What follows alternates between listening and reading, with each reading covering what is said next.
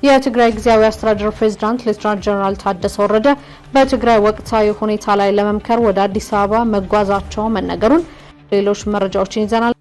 አብራችሁን ቆዩ። የትግራይ ጊዜያዊ አስተዳደር ፕሬዝዳንት ሌተናንት ጀነራል ታደሰ ወረደ በትግራይ ወቅታዊ ሁኔታ ላይ ለመምከር ወደ አዲስ አበባ መጓዛቸው ተነገረ። የትግራይ ክልል ጊዜያዊ አስተዳደር ፕሬዝዳንት ሌተናንት ጀነራል ታደሰ ወረደ በትግራይ ወቅታዊ ሁኔታ ላይ ለመምከር ትናንት እሁድ መጋቢት 27 ቀን 2018 አመሻሽ ላይ ወደ አዲስ አበባ መምጣታቸውም ተሰምቷል። ሌተናንት ጀነራል ታደሰ በዚሁ ጉዟቸው ከጠቅላይ ሚኒስትር አብይ አህመድና ከሌሎች የፌዴራል ከፍተኛ የስራ ኃላፊዎች ጋር ተገናኝተው በትግራይ ወቅታዊና አንገብጋቢ ጉዳዮች ዙሪያ በስፋት እንደሚመክሩ ለክልሉ ፕሬዝዳንት ጽህፈት ቤት ቅርብ ከሆነ አካል የመጡ መረጃዎች ያመለክታሉ። በአንድ ዓመት ትግራይን እንዲያስተዳድሩ መጋቢት 30 2017 በጠቅላይ ሚኒስትር አብይ አህመድ የተመደቡት ሌተናንት ጀነራል ታደሰ ወረደ መጋቢት 30 ቀን 2018 የስልጣን ዘመናቸው እንደሚያበቃም ይታወቃል። ከ3 ቀናት በኋላ የስልጣን ጊዜያቸው የሚያበቃው ፕሬዝዳንቱ ከመጋቢት 30 በኋላ በዚሁ ኃላፊነት ይቀጥላሉ ወይስ በሌላ ሰው ይተካሉ የሚለው ጉዳይ እስካሁን አልታወቀም። ከአንድ ዓመት በፊት አቶ ጌታቸው ረዳን ተከተው የክልሉ ፕሬዝዳንት ሆነው የተሾሙት ሌተናንት ጀነራል ታደሰ 8 ነጥቦችን እንዲያሳኩ ኃላፊነት ተጥሎባቸውም ነበር። ሆኖም ፈርመው ከተቀበሏቸው 8 ዋና ቃል ኪዳኖች ውስጥ አንዱንም አላሳኩም በሚል በትግራይ ክልል የፖለቲካ ፓርቲዎች ሲተቹም ይሰማል። በአዲስ አበባ ባለፉት 9 ወራት ከ122,000 በላይ አሽከርካሪዎች ቅጣት እንደተጣለባቸውና ከ37,000 በላይ እግረኞችም ተጠያቂ እንደሆኑ ተነገረ። የአዲስ አበባ ትራፊክ ማኔጅመንት ባለስልጣን በበጀት ዓመቱ 9 ወራት ለአደጋ ተጋላጭነት አላቸው ተብለው በተለዩ 40 መንገዶች ላይ በተደረገ ቁጥጥር 122,957 አሽከርካሪዎች ላይ ቅጣት እንደተጣለባቸው አስታውቋል። በተለይም ለአደጋ መንስኤ በሆኑት ከፍጥነት ወሰን በላይ ሲያሽከረክሩ የተገኙ 80,892 አሽከርካሪዎች ከተፈቀደ የአልኮል መጠን በላይ ጠጥተው የተገኙ 1,653 አሽከርካሪዎች ላይ የእርምት እርምጃ እንደተወሰደባቸው ባለስልጣኑ ገልጿል። የደህንነት ቀበቶ ያላደረጉ 3066 ደንብ ተላላፊዎችና የጭንቅላት መከላከያ ቆብ ያላሰሩ 585 የሞተር ብስክሌተኞችም እንደ ጥፋታቸው ደረጃ እንዲታረሙ መደረጉም ተጠቁሟል። በተመሳሳይ 7026 አሽከርካሪዎች ስልክ እያነጋገሩ 36 በተመረጡ የትራፊክ መብራቶች አደባባዮች ላይና በመስቀለኛ መንገዶች ላይ ምጽዋት የሰጡና ግብይትን የፈጸሙ 4500 ግለሰቦች መቀጣታቸው ነው የተገለጸው። በተጨማሪም በ110 ለህዝብ ትራንስፖርት ብቻ መቆሚያ ስፍራ ላይ እንዳያቆሙ በተደረገ ቁጥጥር 25235 ደንብ ተላላፊዎች መቀጣታቸውንም ባለስልጣኑ አስታውቋል። በተያዘም በ9 ወራት በእግረኛ መንገድ አጠቃቀም ዙሪያ በተደረገ ቁጥጥር 21202 እግረኞች በገንዘብ ሲቀጡ 16651 እግረኞች ደግሞ ማህበራዊ አገልግሎት እንዲሰጡ በድምሩ 37850 እግረኞች ተጠያቂ መሆናቸውንም ባለስልጣኑ ገልጿል።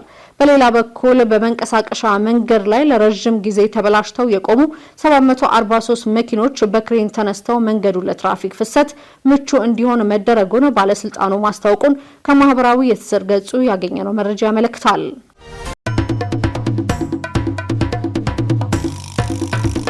ኢትዮጵያ በሄግ ዓለም አቀፍ ፍርድ ቤት የቀረበባትን የ334 ሚሊዮን ዩሮ ክስ ማሸነፏ ተዘገበ። በአሜሪካ ሀገር በዴላዌር ሕግ ተመስርቶ በኔዘርላንድ ሕግ የተመዘገበው አፍሪካ አሴት ፋይናንስ ኩባንያ ሆልዲንግ ቢቪ የተሰኘ ኩባንያ የኢትዮጵያ መንግስት የ334 ሚሊዮን ዩሮ ጉዳት እንዳደረሰበት ገልጾ በኔዘርላንድ ሕግ ዓለም አቀፍ የግልግል ዳኝነት ፍርድ ቤት ክስ መስርቶ ላለፉት 3 ዓመታት ሲያካሂድ የነበረውን ክርክር ኢትዮጵያ ማሸነፏ ተዘግቧል። ኔዘርላንድ ሕግ ዓለም አቀፍ የግል ዳኝነት ፍርድ ቤት በተባበሩት መንግስታት ድርጅት የዓለም አቀፍ ንግድ ሕግ ኮሚሽን እንደ አውሮፓውያን አቆጣጠር በ1976 በወጣው የስነ ስርዓት ሕግ መሰረት የተቋቋመ የግልግል ዳኝነት ፍርድ ቤት መሆኑም ይታወቃል። የክርክር ሂደቱ ውሳኔ ያገኘው መጋቢት 22 ቀን 2018 ሲሆን ዓለም አቀፍ የግልግል ዳኝነት ፍርድ ቤት ክሱ ሙሉ ለሙሉ ውድቅ በማድረግና ኢትዮጵያ ያወጣችውን ወጪ 2/3ኛውን ከሳሽ ኩባንያ እንዲከፍል በሙሉ ድምጽ መወሰኑን ግሎባል አርቢትሬሽን ሪቪው ዘግቧል። ከሳሽ ኩባንያው ያቀረባቸው ክሶች የካፒታል እቃዎች የሊዝ ኪራይ ዋጋ በኪራይ ውል ውስጥ በብር ተተምኖ እንዲቀመጥ መደገጉን፣ ኢንቨስተሩ ሰለባን በማድረግ ኢንቨስትመንቶችን በተዘዋዋሪ መንገድ እንዲወርሱ የሚያደርግና የውጭ ሀገር ኢንቨስተሮችን ፍትሃዊ በሆነ መንገድ እንዲያስተናግዱ የሚደነግገው መስፈርት የሚጥስ ነው የሚል የክርክር ነጥቦችን ማንሳቱ ተገልጿል። ኢትዮጵያን በበኩሏ የሊዝ ኪራይ ውሎች የመጨረሻ ተጠቃሚዎች የሊዝ ኪራይ ውል የሚጥልባቸው የፋይናንስ ግዴታ በትክክልና በማያሻማ ሁኔታ እስካስቀመጠ ድረስ የፋይናንስ ተቋማቱ የወለድ መጠንን በማስተካከልም ሆነ ሌሎች ህጋዊ መንገዶችን በመጠቀም ወጪያቸውን ከመሸፈን ሆነ ትርፋቸውን ከማረጋገጥ ደንቡ የማይከለክላቸው መሆኑንና የኢንቨስትመንት ውርስ እንዳልሆነ የግልግል ዳኝነት ፍርድ ቤቱ አረጋግጧል ሲል ዘገባው አትቷል።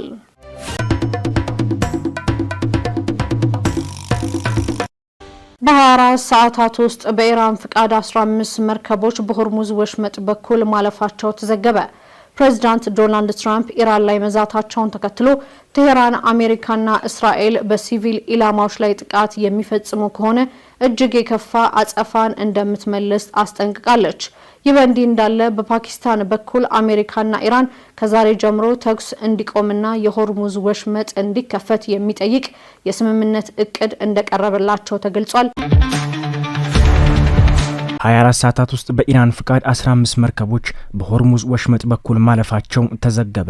አሜሪካና እስራኤል ኢራን ላይ በከፈቱት ጦርነት ሳቢያ ከ20 በመቶ በላይ የዓለም ነዳጅ የሚተላለፍበትን የሆርሙዝ ወሽመጥን ኢራን መዝጋቷ ይታወቃል። የዓለም የነዳጅና የጋዝ ምርት የሚተላለፍበት ይህ መስመር በመዘጋቱ በዓለም አቀፍ ደረጃ የነዳጅ ዋጋ ከፍ እንዲልና በመላው ዓለም የዋጋ ግሽበት እንዲጨምርም አድርጓል። ከኢራን እስላማዊ አብዮታዊ ዘብ ጋር ግንኙነት ያለው ፋርስ የዜና ወኪል ባለፉት 24 ሰዓታት ውስጥ በኢራን ፍቃድ 15 መርከቦች ሆርሙዝ ወሽመጥን መሻገራቸውን ዘግቦታል። የዜና ወኪሉ የባህር ላይ የትራፊክ እንቅስቃሴው ከጦርነቱ በፊት ከነበረው 90 በመቶ ዝቅተኛ ሆኗል በማለት በዘገባውም ላይ አክሎታል።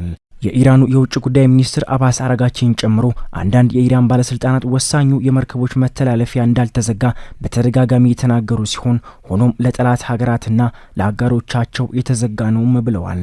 ለአብነት ያህል ኢራን ከጣለቻቸው ገደቦች ወይም ማዕቀቦች ኢራቅ ነጻ መሆኗን ትላንት ማስታውቃለች። ይህ በእንዲህ እንዳለ የኢራን ባለስልጣናትና ህግ አውጪዎች ወሽመጡን የሚጠቀሙ መርከቦች ላይ ታክስ ለመቅረጥ ስለመወሰናቸውም ጠቁመዋል። አንድ የኢራን ፕሬዝዳንት ቢሮ ረዳት የሆርሙዝ ወሽመጥ ጦርነቱ ለደረሰው ጉዳት ካሳ የሚውል ቀረጥ ሲከፈል በድጋሚ ይከፈታል በማለትም ተናግረዋል። ፕሬዝዳንት ትራምፕ ለኢራን ያስቀመጡት የጊዜ ገደብ በሆርሙዝ ወሽመጥ መከፈት ላይ የተመሰረተ ሲሆን እስከ ነገ ማክሰኞ ድረስ ኢራን የባህር መስመሩን ካልከፈተች ከባድ ውድመት እንደሚጠብቃትም አስጠንቅቀዋል። ይህ በእንዲህ እያለ ፕሬዝዳንት ዶናልድ ትራምፕ ኢራን ላይ መዛታቸውን ተከትሎ ቴህራን አሜሪካና እስራኤል በሲቪል ኢላማዎች ላይ ጥቃት የሚፈጽሙ ከሆነ እጅግ የከፋ አጸፋ እንደምትመልስም አስጠንቅቃለች። በኢራን ከፍተኛ የወታደራዊ ዘመቻ እዝ የሆነው ሀታም አልአንቢያ ማዕከላዊ ዋና መስሪያ ቤት ባወጣው መግለጫ የሲቪል ኢላማዎች ላይ የሚፈጸሙ ጥቃቶች የሚደገሙ ከሆነ የማጥቃትና የአጸፋ ዘመቻዎችን እጅግ በከፋና መጠነ ሰፊ በሆነ መልኩ ይሆናል ሲል ማስጠንቅቋል።